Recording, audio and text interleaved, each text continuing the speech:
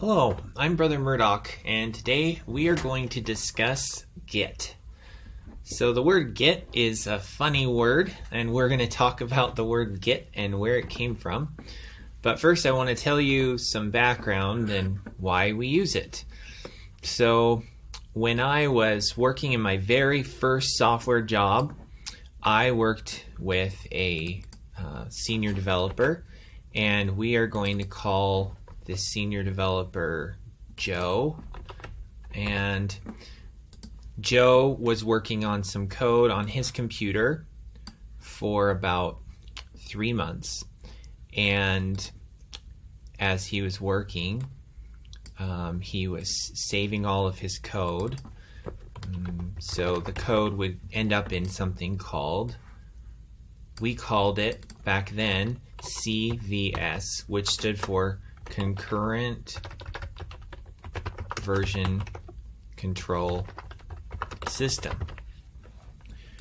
And so he would push his code to CVS, and that way we could all see the code he was working on, and if we ever needed it, we could pull the code to our own system. So we call this pushing code. So the code would go from his computer to another system, and then if I needed a copy of the code, rather than give it directly to me, and rather than Joe giving me the code directly, what I would do is I would pull the code from CVS.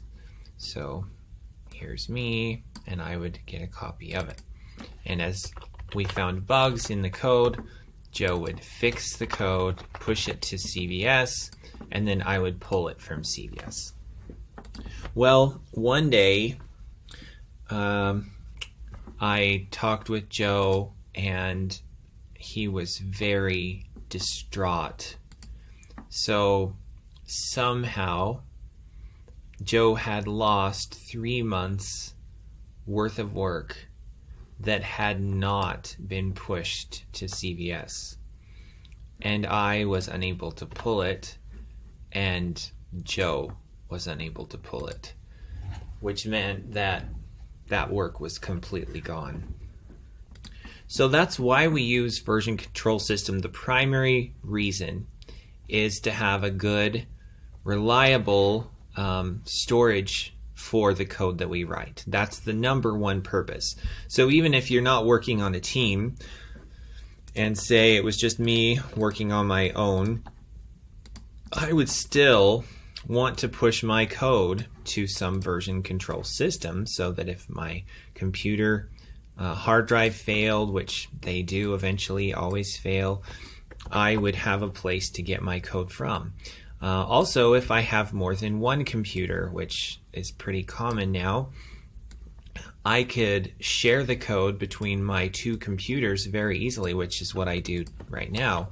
So I have a home computer, for example, and I have a work computer, and I leave my work computer often at work and my home computer at home, but when I'm doing some code, I will push the code from home, and then when I get into work, I will pull the code onto my work computer. So that's another advantage of having it saved in a version control system. Now, I don't use CVS. I use a version control system called Git, which has become the de facto standard for version control. So the question is, how did it become the de facto standard, and how does it work? I'm making it sound very simple, but Git is rather complicated. Often I tell people it's as difficult to learn as a new programming language. But it really isn't that hard to use the basics. So we're going to talk about the basics, and by the time we're done today, you should know a few simple commands that should make it possible for you to save code in Git. So the question is, how did Git come to be? Well, we started off with CVS, as I mentioned, and then someone else felt that CVS wasn't adequate, and they invented a system called Subversion, and often it was abbreviated SVN. And the goal was to fix a lot of the major problems with CVS But unfortunately, it really didn't solve some of the most important problems as far as many were concerned. So we started with CVS and then we went to Subversion. One of the biggest challenges with both of these systems was that if I, as a programmer, became offline, I didn't have access to the history of my code. So I would only have just what my computer had, which is just the latest version.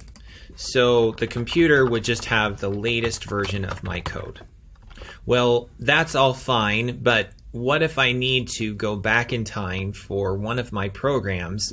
If I am not online, say I'm in a car without a hotspot, on a train without internet, or just in an area that doesn't have Wi-Fi, I will not be able to get to that old code or the old history of my code. I also won't be able to see the code that other people have pushed historically to the repository. Well, there was a man named Linus Torvalds, and Linus is very well known in programming circles because he invented Linux, which is probably the most popular operating system in the world. Well, one day Linus was writing code, and he was writing Linux code on his computer. And he realized that a lot of his friends who were helping him were stuck without internet. So they were not able to push their code very often to Subversion, which was the system they were using at the time. And also, they weren't able to see the history of their code unless they were online. Well, Linus also was very frustrated with some of the other aspects of Subversion, and he set out to solve both problems. His own frustration with Subversion as a meager offering for an operating system, version control system, and also solve the problem for his friends who could not push code when they were offline, but they also could not see the code that they had historically changed. So Linus said, let's solve this. What we're going to do is we're going to make something called a distributed version control system. And what a distributed version control system means is that the code history is completely intact on both the computer that the code was written on and the remote system. So what that means is a copy of all code changes is actually stored on each computer of each programmer. So I've got a small copy, well, it's not small, it's the same size, on my own computer, and I also have one on my server. So if I'm not online, I can push code when I get online, but I can commit code to my own local repository. So when I make a change, no matter where I am, I commit that code to my own local repository, and then when I am online, I push the code from my own local repository, I push it to the remote repository. And that is how Linus set out to solve the version control conundrum that he and his friends were facing. So let's talk about some basic commands with get for a moment. So say I wanted to make a new GitHub repository in my computer. So I'm going to go into VS Code and I'm going to go File, Add Folder to Workspace. And the new folder icon will appear differently on Windows. I am on a Mac. But say I want it to go into my Node Projects folder. I'm going to click Node Projects and say New Folder, and this is going to be my new API. So I'm adding this new API, and then I want to make it visible in my terminal. So I'm going to say Open in Integrated Terminal, and now I have nothing here. I have no code in this folder, but I'm going to make something. So I'm going to make a file called readme. And here are the commands that I need to do to make a local Git repository. So the first one is git init. That stands for initialize. That means I'm turning a plain old folder into a local Git repository. So you'll notice now that there is a file, an initial folder called .git that was created. That .git folder is my repository. I never interact with that folder directly. I just know that it's there, and if I do this command in Mac, or if I were to do dir command in Windows, I can see that there is a file here called .git, and that contains all of my version history.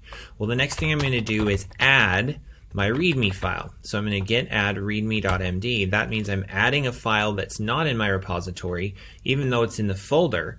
It's not considered part of the repository. And how do I know that? If I type git status, I see this uncommitted, untracked file. So it says use git add to include the file in what will be committed. So it's a two-step process to commit a file. I first add it, and now if I say git status, it will remind me, hey, you have some files to be committed, but you haven't committed them yet. So I am going to commit it. Now this is just committing it to my own GitHub repository on my own computer. So I'm going to say git commit. Now if I don't say this -m flag, it's going to force me into an editor where I need to type my comments. So git commit -m, and then the comment will be what I changed. I'm going to say added readme file. Then I'm going to hit enter. So now I have a readme file that's been added and committed to my own repository. If I say git status now, it says I'm on the master branch, there is nothing to commit, and my working tree is clean. Now the question becomes, what is a branch? Well, a branch means that in my version control, I have different paths that have been taken over time. So we have one path that is the main branch, and historically it used to be called the master branch, but now we call it main. And what happens is if somebody wants a copy of that code, they can pull or clone the code, and when we clone it, it's the first time we get it, and then after that we pull to get the latest. So at this point I'm starting a brand new repository. Well, the main branch is the place where all the latest good working code should go.